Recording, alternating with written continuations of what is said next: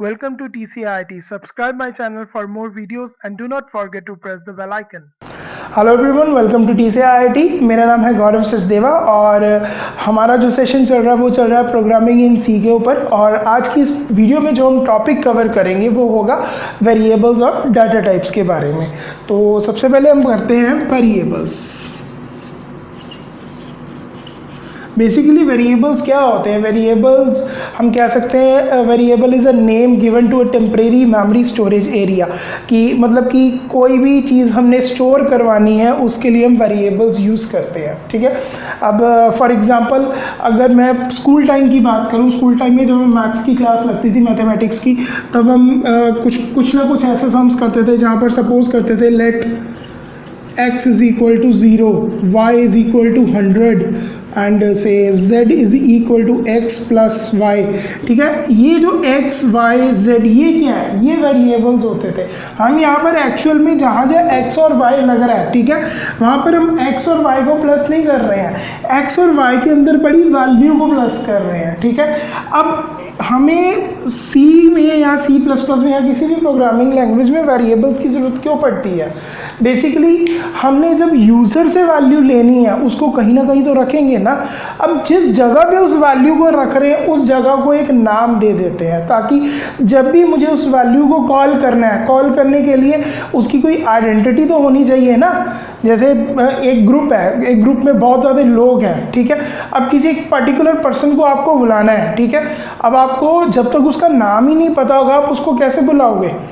अब hello hello बोलोगे, ओए बोलोगे, कैसे भी इशारा करोगे, जितने लोग हैं सारे आपकी तरफ देखेंगे कि ये बुला किसको रहे हैं। ठीक है। वो कन्फ्यूज़न क्रिएट होगी। इसीलिए ये रियल वर्ल्ड एग्जांपल साथ में दे रहा हूँ। इसीलिए हम जो वेरिएबल लेते हैं, ठीक है, उसको एक नाम दे देते हैं।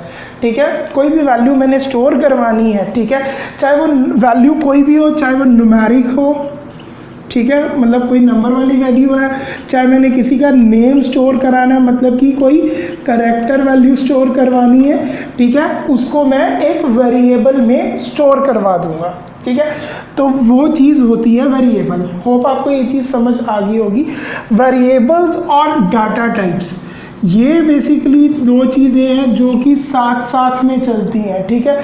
इसका जो सिंटेक्स होगा, जब मैं आपको डाटा टाइप्स भी करवा लूँगा तब मैं आपको वेरिएबल्स का सिंटेक्स के बारे में भी बताऊंगा कि वेरिएबल्स को हम सी के अंदर या C++ के अंदर, सी या C++ के अंदर कैसे यूज़ करते हैं, कैसे हम वेरिएबल एक डिक्लेयर करते हैं। ठीक है।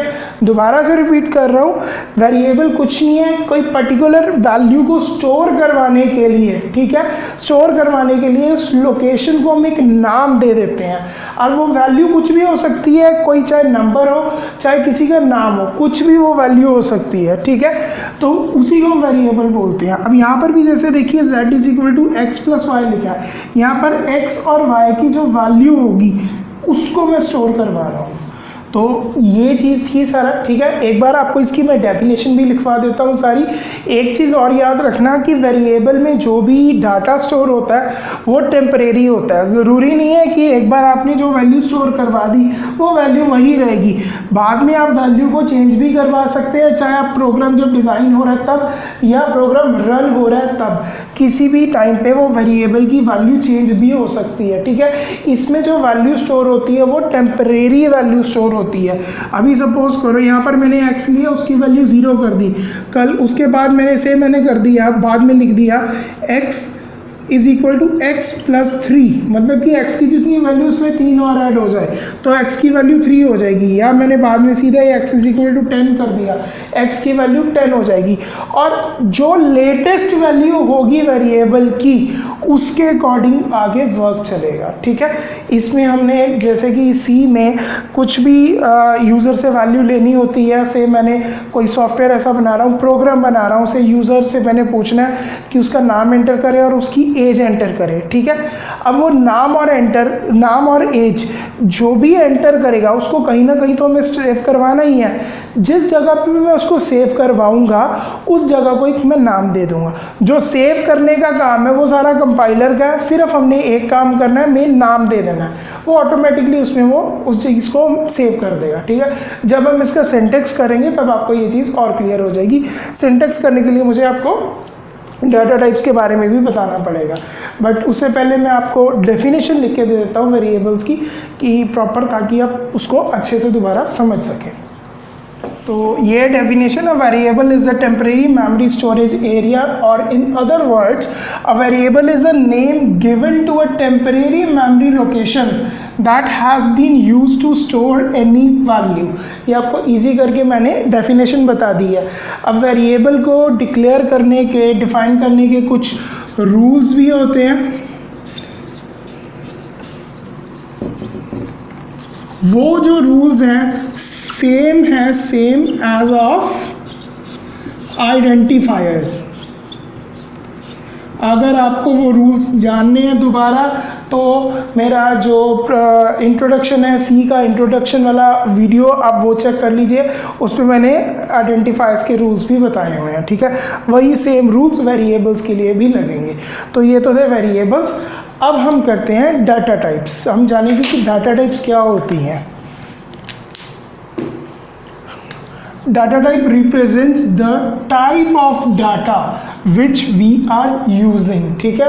हम किस टाइप का डाटा यूज़ कर रहे हैं वो डाटा टाइप हमें बताती है।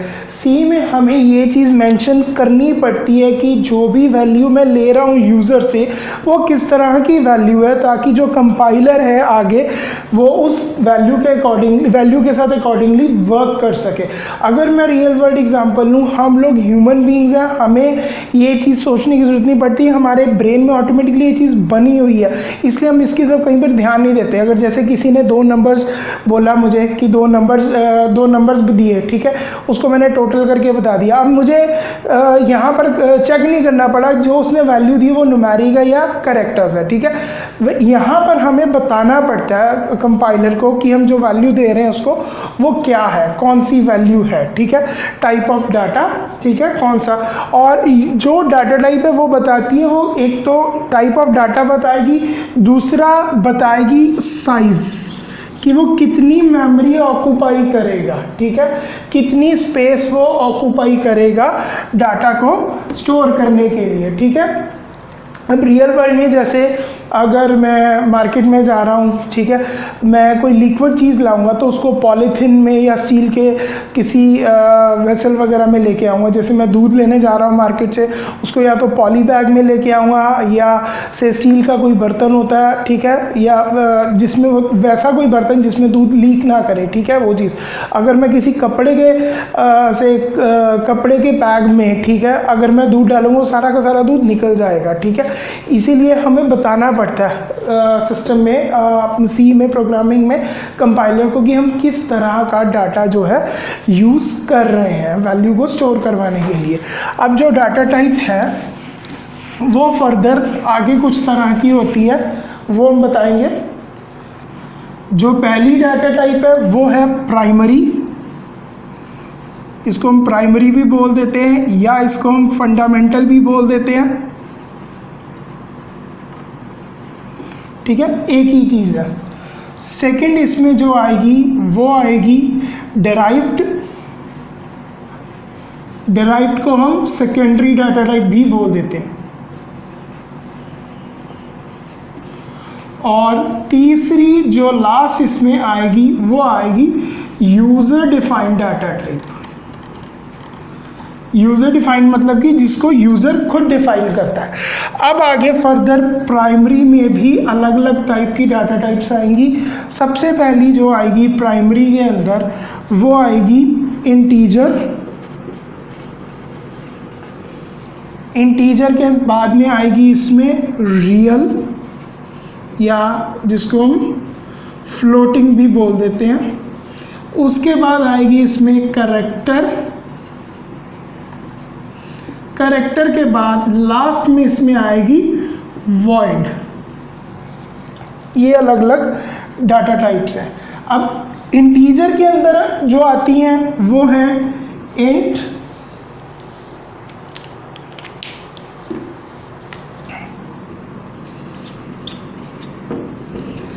अनसाइंड इंट,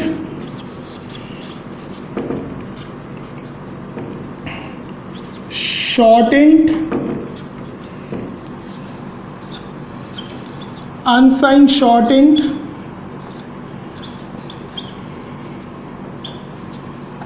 लॉन्ग इंट,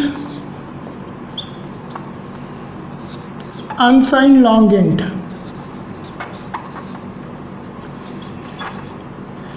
इनके बारे में भी ये पूरा लिखवा दो, इनके बारे में फिर बताता हूँ ये कौन कौन सी होती है, कैसी होती हैं। रियल में आएंगी फ्लोट, ये याद रखना ये सारी की सारी स्मॉल लेटर्स में है। और ये देखिए इसमें से कितने कीवर्ड्स हैं जो मैंने आपको पिछले लेक्चर्स में बताए थे, इंट, अनसाइंड, शॉर्ट, लॉन्ग, ठीक है।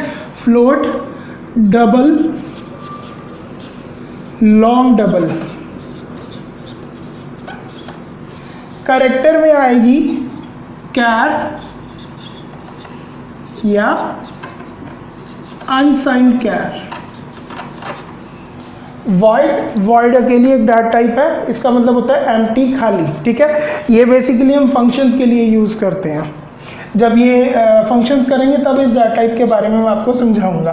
देन ये तो थी प्राइमरी डाटा टाइप। उसके बाद जो डेराइव डाटा टाइप्स होती हैं, प्राइमरी वो डाटा टाइप्स हैं जो पहले से ही हमारे कंपाइलर में बनी हुई हैं, इनकी डेफिनेशन दी गई है प्रॉपरली, ठीक है।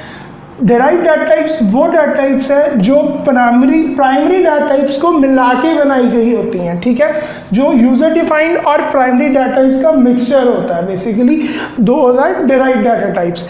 इसमें से ये कौन सी आएंगी? एरेज, पॉइंटर्स, स्ट्रक्चर्स, यूनियंस, ठीक है, ये सारा कुछ। और यूजर डिफाइंड डाटा टाइप वो डाटा टाइप है जिसको हम लोग खुद डिफाइन करते हैं। यूजर डिफाइंड डाटा टाइप्स में आएंगे enums, ठीक है, ENUMS, enums। ये हैं हमारी टाइप्स ऑफ डाटा टाइप्स, ठीक है, कि कौन कौन सी डाटा टाइप्स हम यूज़ करते हैं। मोस्टली जो वेरिएबल है, वेरिएबल के साथ हमारी ये प्राइमरी डाटा टाइप्स लगती हैं, ठीक है। Int, unsigned int, short int, unsigned short int, long int, unsigned long int, float, double, long double, char, unsigned char, ठीक है। ये वाली लगती हैं हमारी वेरिएबल्स के साथ हमेशा। और ये डाटा टाइप्स हमें बताती है कि किस टाइप का डाटा हम लोग स्टोर करवा रहे हैं, और वो जो डाटा स्टोर हो रहा है वो मेमोरी में कितनी मेमोरी ऑक्यूपाई कर रहा है, कितनी स्पेस वो ऑक्यूपाई कर रहा है। हर एक कंपाइलर का अपना अपना साइज होता है डाटा टाइप्स को लेके। अब जैसे अगर मैं इंट की बात करूँ, ये 2 बाइट स्पेस ऑक्यूपाई करती है, 2 बाइट्स। 2 बाइट्स मतलब कि इसमें एक रेंज आएगी, कितने से कितने तक हम नंबर्स जो हैं इंटीजर के अंदर स्टोर करवा सकते हैं, ठीक है। ऐसी फ्लोट है, फ्लोट 4 बाइट ऑक्यूपाई करता है। कैर है, कैर जो है 1 बाइट ऑक्यूपाई करता है, मतलब कि एक कैर में एक ही कैरेक्टर आएगा इसमें, ठीक है। और वॉइड में कुछ भी नहीं स्टोर होता, नल, इवन कि इसमें 0 तक स्टोर नहीं होता है, ठीक है, क्लियर।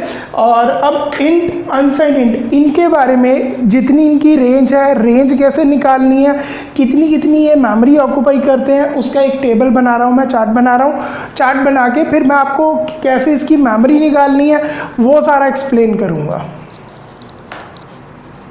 तो ये देखिए ये सारा टेबल है डाटा टाइप्स, और उसका साइज़ कितना और उसकी रेंज कितनी है, ठीक है। अब ये टेबल सारा आपको एक्सप्लेन करूँगा, और इस टेबल को एक्सप्लेन करने के बाद मैं आपको बताऊँगा कि कैसे इसकी रेंज हमने खुद कैलकुलेट करनी है। इसको रट्टा मारने की ज़रूरत नहीं है इस रेंज को सारी को, ठीक है। सबसे पहले है इंट। देखिए मैंने 3 अलग अलग कलर्स में लिखा है, एक ब्लू में, रेड में और ग्रीन में।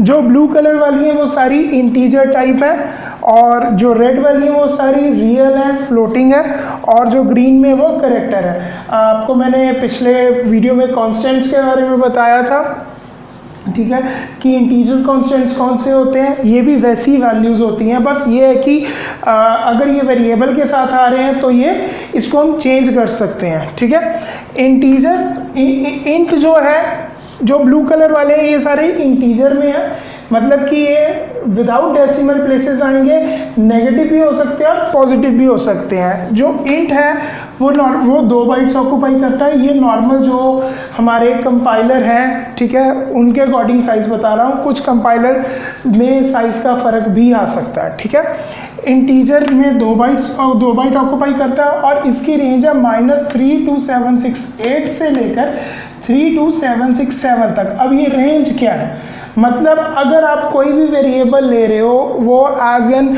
इंट टाइप का ले रहे हो, ठीक है, इंट टाइप का ले रहे हो, तो जो भी आप उसमें नंबर स्टोर करवाओगे वो नंबर इस रेंज के अंदर अंदर होना चाहिए। ठीक है, इसके बाहर नहीं वो नंबर होना चाहिए। इसके बाहर आएगा तो वो ऑटोमेटिकली वो अपनी तरफ से वैल्यू कोई भी उठा लेगा, या जितना बाहर जाएगा, ठीक है, जितना उसका डिफरेंस होगा उससे ज़्यादा वो उसको टोटल करके नेगेटिव या पॉजिटिव में ले जाएगा नंबर को। ठीक है, देन आता है अनसाइंड इंट। अनसाइंड इंट मतलब कि आगे कोई साइन नहीं लगा हुआ। इंट का मतलब आगे साइन कोई भी हो सकता है, माइनस का या प्लस का। अगर किसी भी नंबर के आगे मैंने कोई साइन नहीं लगाया तो वह नंबर पॉजिटिव माना जाता है। एल्स अगर प्लस लगाया तो है ये पॉजिटिव, और अगर माइनस लगा दिया तो इट मीन्स वो माइनस का नंबर हो गया। अनसाइंड इंट मतलब कि कोई भी इंटीजर नंबर जिसके आगे साइन ना लगाओ, इसमें हम सिर्फ पॉजिटिव नंबर्स ही एंटर कर सकते हैं। देन अनसाइंड इंट ये भी सेम 2 बाइट्स स्पेस ऑक्यूपाई करता है। ठीक है, ये बिट्स बाइट्स क्या होते हैं ये भी आगे बताता हूँ आपको। ठीक है, और इसकी रेंज क्या होगी 0 से लेकर 65535 तक। ठीक है, मतलब कि 65,535 तक हम नंबर स्टोर करा सकते हैं इसमें। देन आता है शॉर्ट इंट। शॉर्ट इंट मतलब कि नॉर्मल इंट से छोटा, ये 1 बाइट स्पेस ऑक्यूपाई करेगा। इसमें जो रेंज है -128 से 127 तक है। Again unsigned short int 1 byte 0 to 255। Long int 4 byte space occupy करेगा और इसकी रेंज ये है। ठीक है, अनसाइंड लॉन्ग इंट की ये रेंज है, पॉजिटिव आएगी सारी। फ्लोटिंग, अब ये फ्लोटिंग मतलब कि जो रेड कलर में आ गए ये सारे हैं हमारे बेसिकली वो नंबर्स जो कि रियल में है, ठीक है, या फ्रैक्शनल में है, मतलब कि ये नेगेटिव या पॉजिटिव विद डेसिमल आएंगे।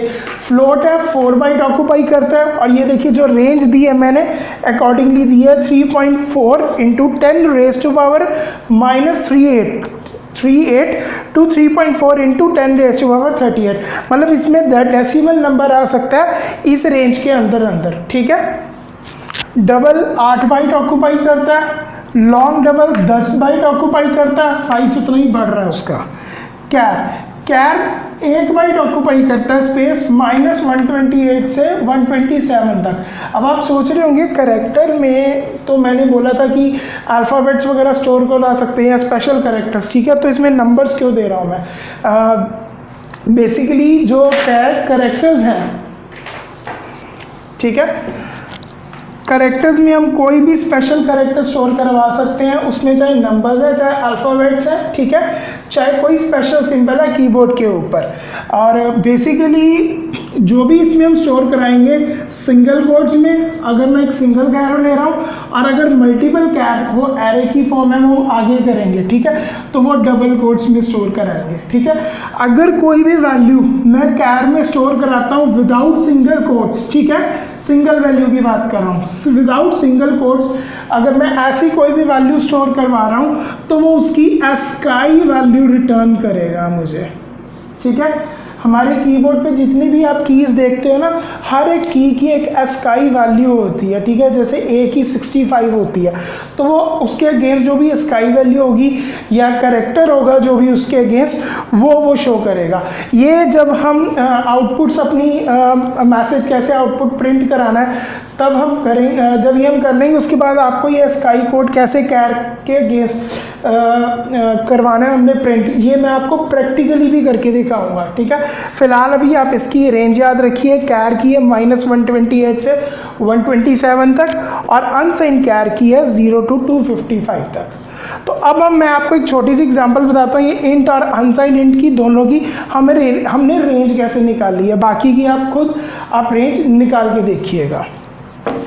तो ये दो वैल्यूज़ हैं जो मैंने नहीं रब की, ठीक है।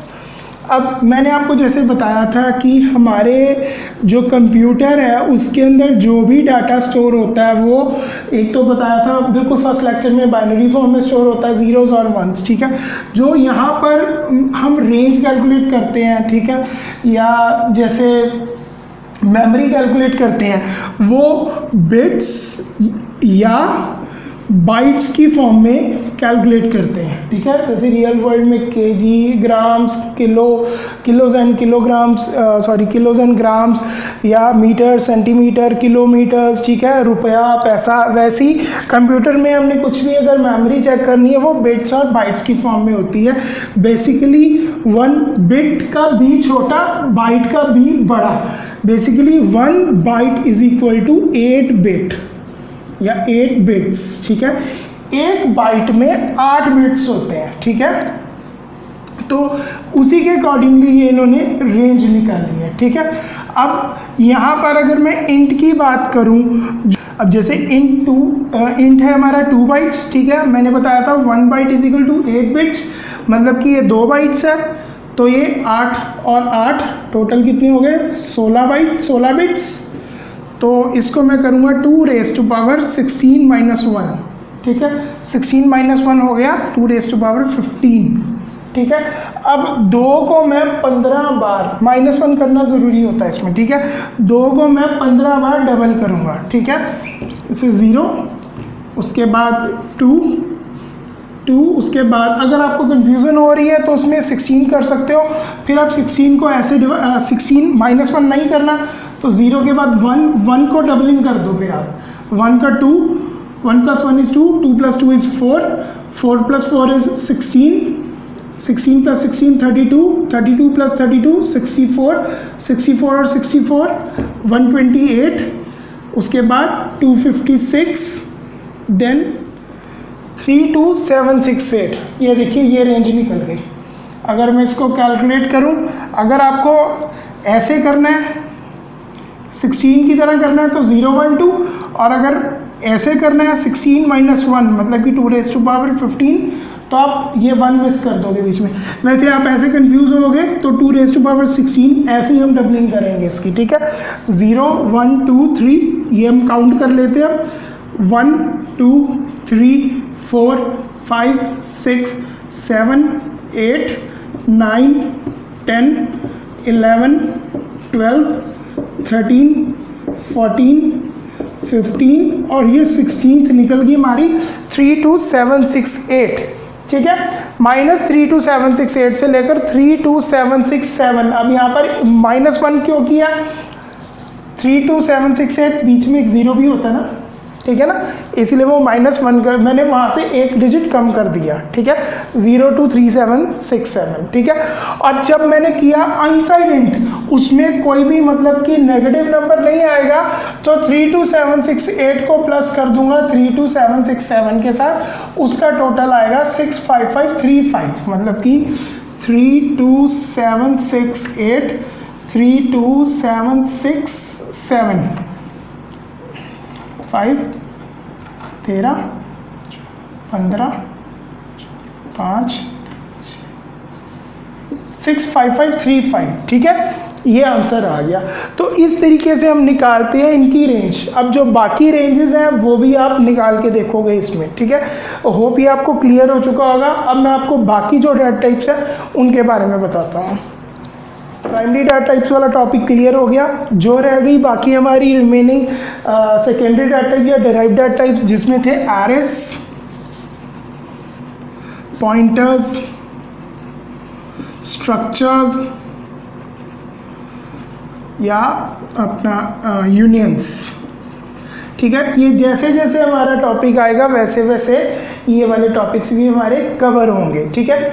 तो उसके अलावा जो थी यूज़र डिफाइंड डाटा टाइप्स, इनम्स, इनम्स भी जब हमारा टॉपिक आएगा इनम्स का तब हम कवर करेंगे। अभी के लिए हमारे लिए प्राइमरी डाटा टाइप करना ज़रूरी था। और अब जो हमने करना है सिंटैक्स, वेरिएबल को डिक्लेयर करने का सिंटैक्स क्या है, कैसे हमने एक वेरिएबल डिक्लेयर करना है। अब आपको वेरिएबल्स भी समझ आ गए, डाटा टाइप्स भी समझ आ गई, लेकिन सी के अंदर इनको कैसे डिक्लेयर करना है। सिंटैक्स मतलब होता है कि उस पर्टिकुलर चीज़ को लिखने का रूल क्या है। ग्रामर जैसे हम बोल देते हैं ना, हमारी रियल वर्ल्ड लैंग्वेजेस है इंग्लिश, हिंदी, पंजाबी, उसमें हम ग्रामर बोल देते हैं, ये वैसे ही यहाँ पर सिंटैक्स हो गया, ठीक है, प्रोग्रामिंग लैंग्वेज में, कि उसको लिखते कैसे, रिप्रेजेंट कैसे करते हैं। तो सिंटैक्स है डाटा टाइप, सबसे पहले हमारी डाटा टाइप लगेगी, देन उसके बाद वेरिएबल का नाम, जो भी हम उसको नाम देंगे, देन सेमीकोलन। ये जो सिंटैक्स है, ये सिंटैक्स है डिक्लेयर करने का। डिक्लेयर करना है वेरिएबल हमने, ठीक है। मतलब कि अगर इसकी कोई एग्जांपल लूँ, एग्जांपल इस तरीके से हो जाएगी, जैसे इंट नम, ठीक है, या से इंट एक्स सेमीकोलन। ये मतलब कि एक नम नाम का वेरिएबल डिक्लेयर हुआ है जिसकी डाटा टाइप इंटीजर है, ठीक है, या अनसाइंड लॉन्ग इंट से मोब, ठीक है, कुछ भी नाम दे लो, या फ्लोट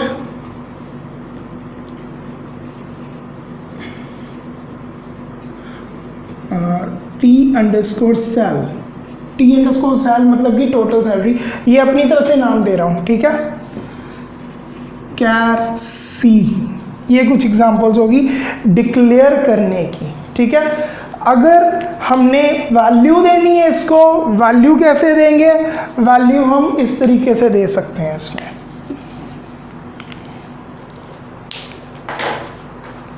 वैल्यू दे दी जैसे num is equal to 10 semicolon, ये हो गया इनिशियलाइज करना, ठीक है। वैल्यू देना, किसी भी वेरिएबल को वैल्यू मिल रही है जब, उसका मतलब होता है इनिशियलाइजेशन, इनिशियलाइजिंग करना, उसको एक वैल्यू दे देना हमने, ठीक है। जब तक इसमें हम वैल्यू नहीं देंगे तब तक वो खाली गार्बेज वैल्यू रहेगी, इसमें मतलब कुछ भी अपनी तरफ से उठा के इसमें डाल देगा वो, ठीक है। नम जैसे x इज इक्वल टू 0, अब ये नहीं है, अब मैंने जैसे यहाँ पर 0 दिया, इसका मतलब x में अब एक वैल्यू आ चुकी है, दैट इज 0, ठीक है। यहाँ पर मैंने लिखा है इंट x, इसका मतलब ये नहीं कि इसके अंदर 0 आ गया, इसके अंदर कुछ भी नहीं है, खाली है, ये अपनी तरफ से कुछ भी उठा लेगा मेमोरी में से, वो डाल देगा इसमें, ठीक है। x is equal to 0, unsigned long int mob is equal to say 1 2 3 4 5 6 semicolon, ये नंबर दे दिया इसमें मैंने। Float T_sal is equal to से 25,000.50 सेमीकोलन, ठीक है, ये हो गया। Char c is equal to single quotes में से डॉलर का साइन डाल दिया, इसके अंदर वैल्यू आ गई, ठीक है। ये हम क्या है, वैल्यूज दे रहे हैं, इसको इनिशियलाइजेशन कर रहे हैं बेसिकली।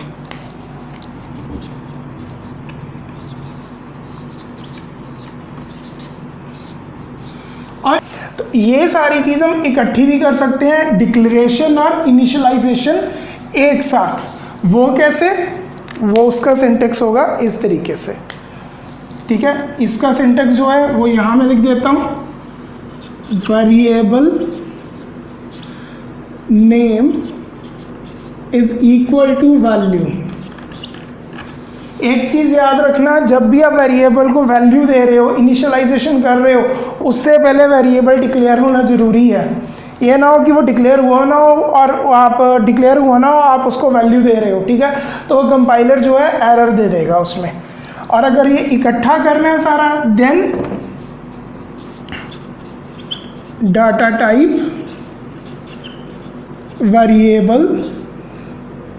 वेरिएबल का जो भी नाम होगा is equal to value semicolon, जैसे कि int x is equal to 10, ये चीज। Is it clear? ठीक है, ये था हमारा वेरिएबल्स को डिक्लेयर करने का एक सिंटेक्स। ठीक है, तो वेरिएबल्स आज का जो हमारा टॉपिक था हमने कवर किया वेरिएबल्स, डाटा टाइप्स, अलग अलग तरह की अलग अलग तरह की डाटा टाइप्स हमने कवर किए हैं, प्राइमरी डाटा टाइप्स और उसके अलावा डेराइव्ड डाटा टाइप्स जो कि हम आगे कवर करेंगे, और यूज़र डिफाइंड डाटा टाइप्स भी जो कि हम आगे कवर करेंगे। तो अगर आपका इस सेशन में, इस वीडियो में आपका अगर कोई भी डाउट रह जाता है, आप कमेंट कीजिए वीडियो में, और आपके लिए मैं स्पेशल या तो अलग वीडियो बना दूंगा या नेक्स्ट लेक्चर में आपका वो डाउट है जो क्लियर कर दूंगा। तो नेक्स्ट सेशन में हम करेंगे ऑपरेटर्स, और उसके बाद फिर सी को कैसे इंस्टॉल करना है हमने सिस्टम पे वो बताऊंगा आपको मैं, और फिर हमारे सी के प्रोग्राम्स जो हैं वो शुरू हो जाएंगे। तब तक के लिए आप अपना ध्यान रखिए। Thank you and bye.